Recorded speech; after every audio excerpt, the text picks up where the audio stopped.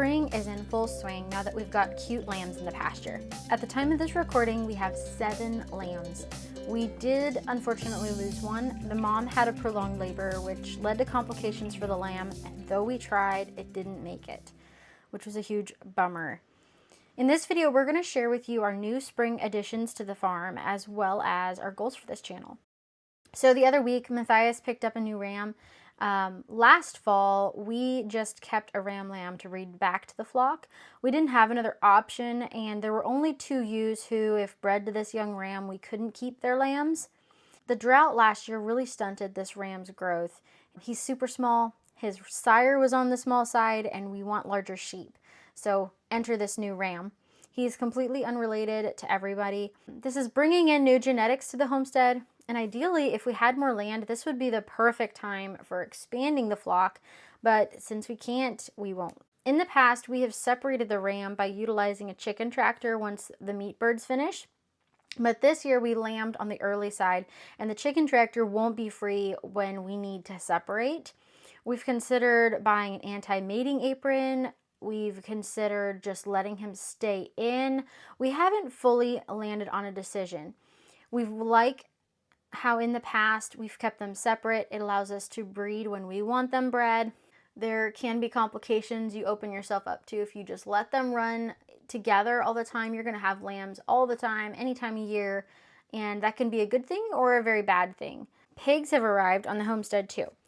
These piglets are older than we normally get and also small at the same time. However, they're on schedule to butcher at the end of September rather than November, so a couple months earlier. We received a crazy amount of rain here in Ohio a couple weeks after we brought them, and as a result, they're just tearing up our ground, which has been super frustrating. We can't afford to lose any pasture, so we haven't been able to treat these pigs the way we would like to. This week, Matthias has been training them to the electric netting so that when our meat chicks arrive next week, they're ready to move out of the tractor. These lambs have been a delight to watch every day. They're so much fun and so ornery too. Right now we have 4 ewes and 3 ram lambs with only 1 more ewe to deliver. She's due in June, so we have some time to wait. The kids love watching the lambs bounce around the pasture and get the zoomies every night, and they're just honestly the sweetest thing in the world. So we started our channel because we want others to be able to see what we do with, even though we have limited acreage, what all is possible, and we want it to be an inspiration for others to be able to utilize what they have and make the most of their resources. So when we originally bought this place, it wasn't really our ideal. It wasn't what we had envisioned. We wanted something with more acreage, and we kind of let that limit us for the first couple of years. We mowed this whole pasture. We didn't even use this space in the way that we should have because we considered it not big enough. I grew up on a homestead, and we had 20-some acres, and I just always had in my head that we needed more. We needed to have more acreage in order to grow our own food, grow our own animals for meat. But then we decided to go ahead and just make the most of what we had, and it really is surprising what all you can do with a small space. If you utilize it well, there's a lot of potential there.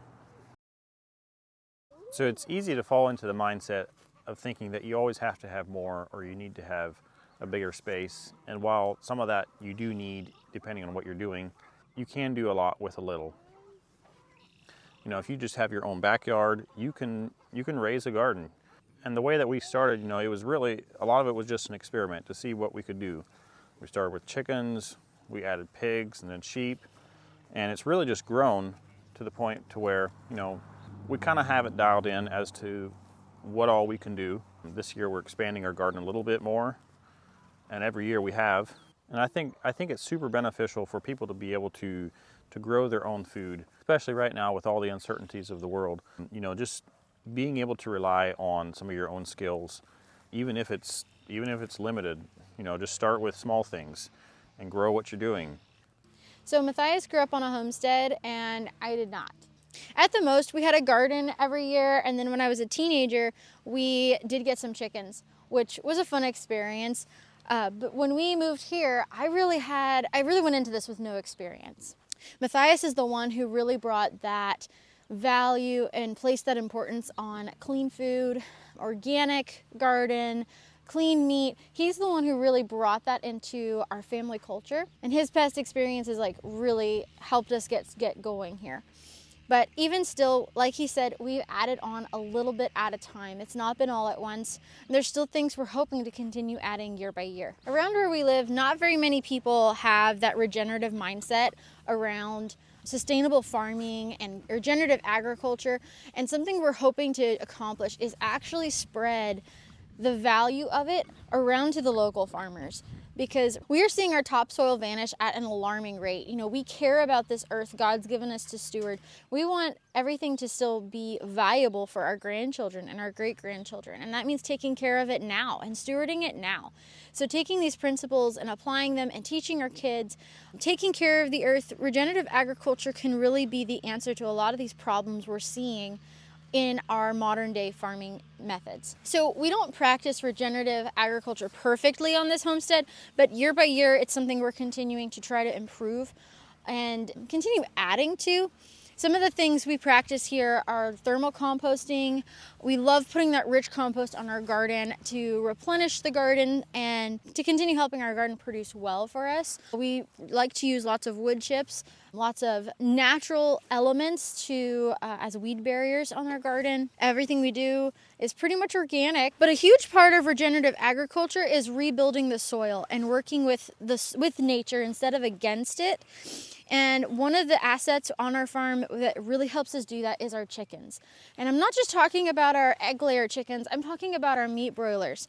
They'll be coming in a couple weeks, and we're really excited to show you just how much in live time it changes the lay of our land running those broilers over the ground. Not everyone can practically raise their own pigs, raise their own sheep or cows, but everyone can practically make a difference.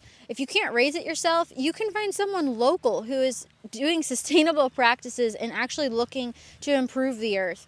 You can vote with your dollars, but just changing where you spend your money can make all the difference in the world.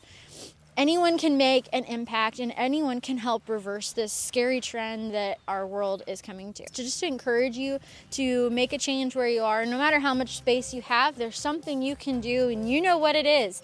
And if you're passionate about it, that'll keep you going in the hard times. So like this video, hit the subscribe button, and we can't wait to get to know you. Drop in the comments what kind of acreage you have. We love to hear from you.